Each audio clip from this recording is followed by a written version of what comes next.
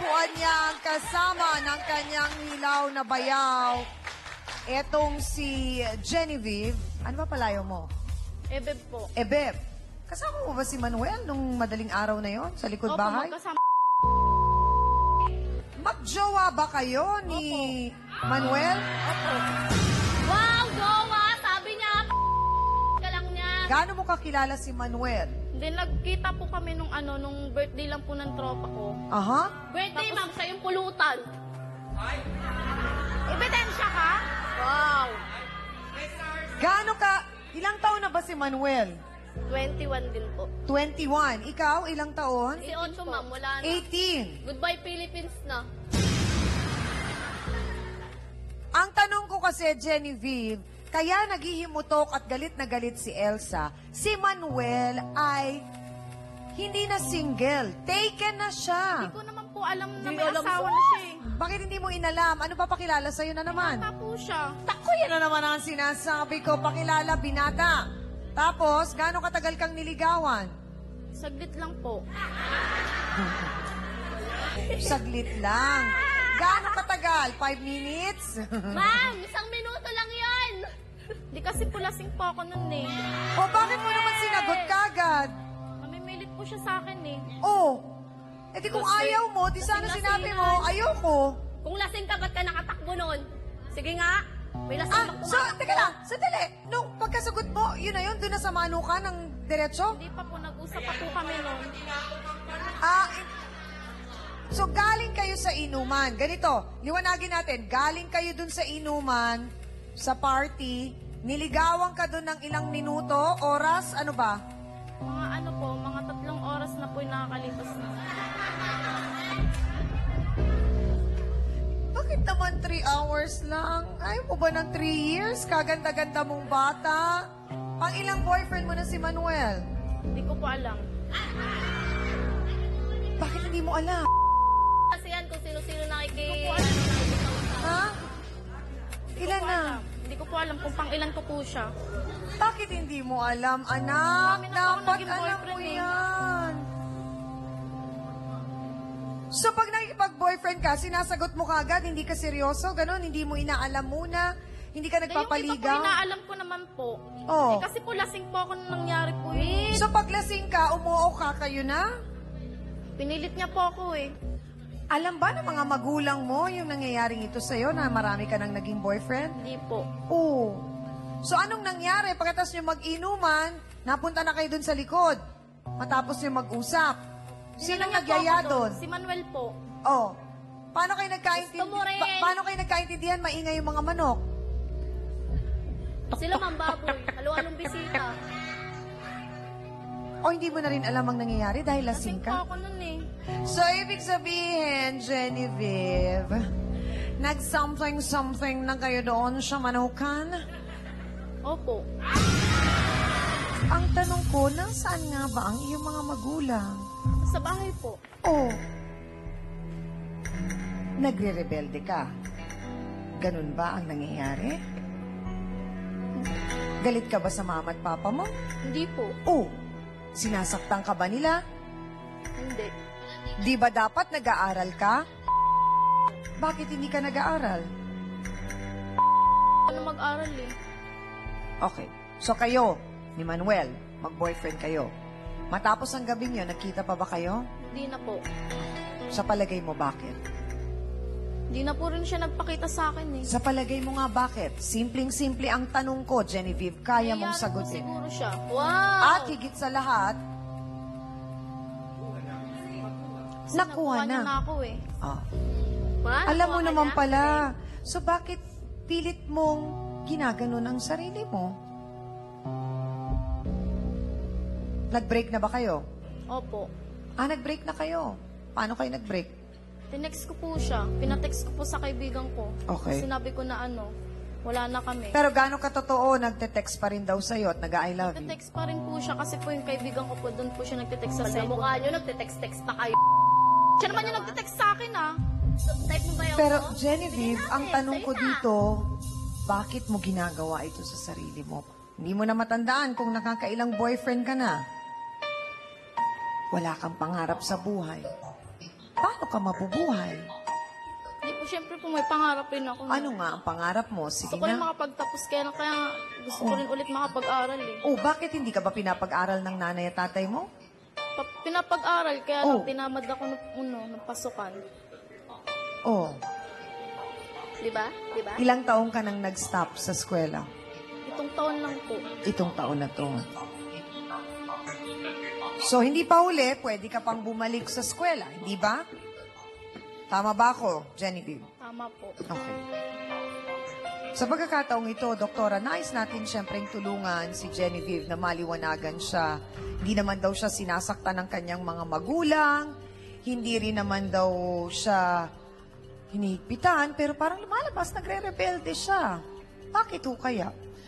Una-una siyang yung mga ganitong klase na sabihin na natin na nagkakaroon ng hilig sa mga one-night stand or yung parang akala mo puro lustful desires. Oo. Actually, hindi siya love eh.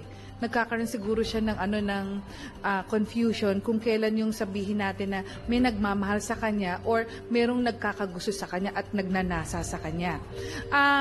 Maaring ito ay sa kadahilan ng napakaaga niya nakipagrelasyon or may nakita siyang hindi maganda nung bata siya na maaring itong nagiging dahilan ng pamamaraan na hindi talaga pagre-rebelde pero dahil nasubukan niya yun, inaabuso niya yung sarili niya. It's a form of abuse ng sarili. Kaya yun ang nagiging mahirap dito.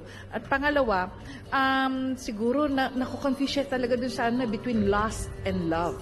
Alam niyo may mga teorya katulad ng sinabi ni Gottman na itong mga ganitong klaseng relasyon, actually napipigilan siya. Kasi kung alam mo kung ano yung between love and lust, iisipin mo kaagad, pag minahal ka na isang tao, o kaya yung sabihin mo, para hindi mo maisip yung tungkol sa lust, tanggalin mo yung physical aspect ng sex. So kung walang sex dito, ano ang nangyayari sa relasyon mo? Meron bang pagkakataon na nag-i-invest ka ba ng emosyon? Or napag-iisipan nyo ba na nagkakakilanlan kayo ng maigi? Pag yun ang pinag-iisipan nyo, at tapos pag nawala itong taong ito, dun mo malalaman, oo nga, baka ito yung love na nawala, sayang. Pero kung ito ay naging masyadong physical at ganito lang, maaaring ito ay tantamount to saying nagiging optionizer ka. Ibig sabihin ng optionizer, ang options mo lang ay puro yung something physical. Oo. So, parang kontento ka na gano'n, nawawala yung respeto mo sa sarili mo. Kaya kumisan sasabihin mo, oo, marami. Oo, ganyan. Hindi mo bibigyan ng pansin na hindi, nagkaroon ng magandang relasyon tayo kahit na isang araw lang nagkakilanlan tayo. Hindi niya iisipin yon. Ang iisipin lang niya, basta may mangyari sa atin, tapos. Yun ang problema. Yun ang problema nga. Salamat po, Dr. Camille. At yun na nga yung sinasabi namin na kinabukasan, hindi na nga nagpakita si Manuel, hindi na nagparamdam.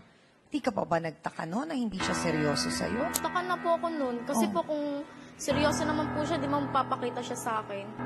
Bakit mo ginagawa yun sa sarili mo? Bakit mo pinarurusahan yung sarili mo, Genevieve? Hindi ko po alam. Hindi mo alam. Pero ang buong akala mo, mahal ka ni Manuel. Alam ko po, mahal, pero hindi naman po yung mahal na mahal pa. Gusto. Kasi po sinasabi niya po sa akin yun eh. Oo. Tapos, Sabi niya, mahal niya daw ako. naniwala ka. Opo. At may pangarap ka na magtatagal kayo? Hindi naman po. Hindi ko naman Sa lahat-lahat hindi ko ng naman po naging boyfriend mo, sino yung pinakamatagal? At gaano katagal? 9 months po. Ilang taong ka nun? Mga 16 po. Sino yon?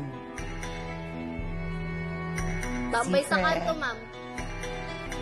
Ba't parang kilalang-kilala mo naman kasi itong si Genevieve? Kilalang tambay sa amin yan, ma'am. Gapoks nga. Mga kasausawan, alamin na nga natin ang inyong opinion. Pagkatapos yung marinig ang bawat panig, nako, Pagkatapos nating matuto ng mga bagong terms na kung anik-anik. Aba ang katanungan, kayo ba ay nakikisimpatya dun sa nakahuli o dun sa nahuli? Abay pula o puti? Boto hands, go!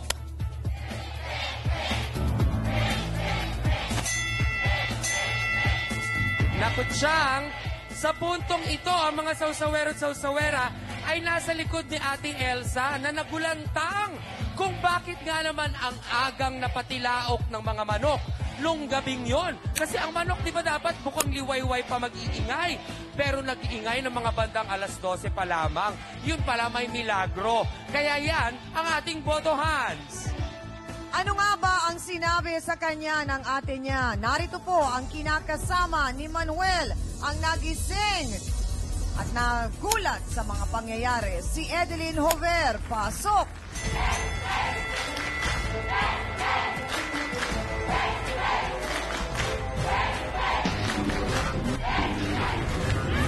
Naku!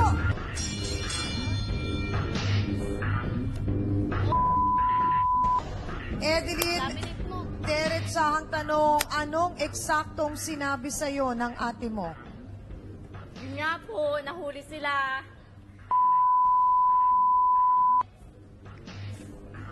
Nahuli sila. Alam ko bang kasama mo yon? Wait. Edeline, diretsahang tanong, inamin ba sa'yo ni Manuel na may naging relasyon sila? Nang ano lang po, one night stand. One night stand lang daw si Ebeb. Pero ang sabi mo kanina, pakiramdam mo'y mahal ka ni Manuel. Ano ba talaga? Yan ang gusto naming malaman. Magbabalik po ang Face to Face. So, nung kinumpronta mo si Manuel tungkol dito sa kanila ni Genevieve, anong sabi niya? Yun nga po, yan daw po yung sa kanya sa inuman. Sana siya nga lumalapit sa akin eh. Ikaw nga dapat, tabi-tabi Pero ka. diretsahang tanong, Edeline, hanggang ngayon, alam mo ba, nagte-text pa rin daw si Manuel sa kanya. Paano po sila magte-text? Sira na po yung cellphone. Sinungaling. Nakikita sa niya, akala mo hindi siya nagte-text sa akin. Sinungaling. Facebook sausawan na mga kapatid. Ito mula kay Makabinta Sharif of Norway. Chang Ami, I'm very proud to watch F2F on TV5. Alam mo, bumili lang ako ng laptop para mapanood ko araw-araw ang show. Marami kasi akong natututunan dito. Kahit pagod ako, F2F muna ang inuuna kong panoorin, saka ako kakain. Maraming salamat sa lahat ng organizers ng F2F. Sana pag uwi ko, makapunta ako sa TV5 Network Center. God bless us all.